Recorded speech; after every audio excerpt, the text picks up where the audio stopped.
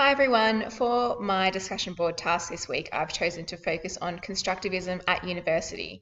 So I was thinking about my honours degree when I was doing a psychology counselling skills class, and we had a tutorial where we needed to role play a counselling session. So we'd work in pairs. One student would be the client, one student would be the therapist, and we do a counselling session and then we'd switch. This was a really positive learning experience. Up until this point, a lot of our learning had been theory based, and we had not done a great deal of really hands on learning. It highlighted a lot of different counselling techniques and different skills that people had.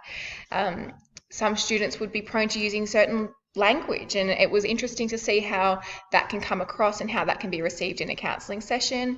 It was good to see different approaches in action, and this allowed us to really observe and learn different skills from our peers.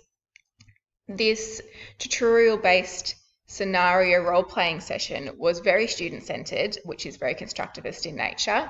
The teacher merely facilitated the learning experience because they told us this is what we're going to do. You need to do some counselling and role playing, and they essentially just watched the rest of us while we did it.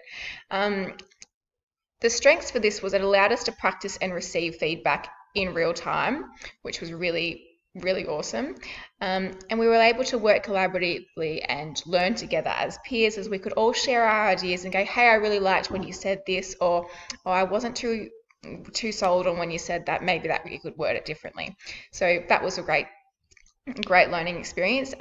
In terms of limitations though, role playing can be quite daunting. So for some students, this was not the best environment for them. And I think it could be a bit more scaffolded by our university professor to enhance learning for these kind of students. But overall, it was a really positive learning experience, and I felt that I learned a great deal from these role-playing counselling sessions.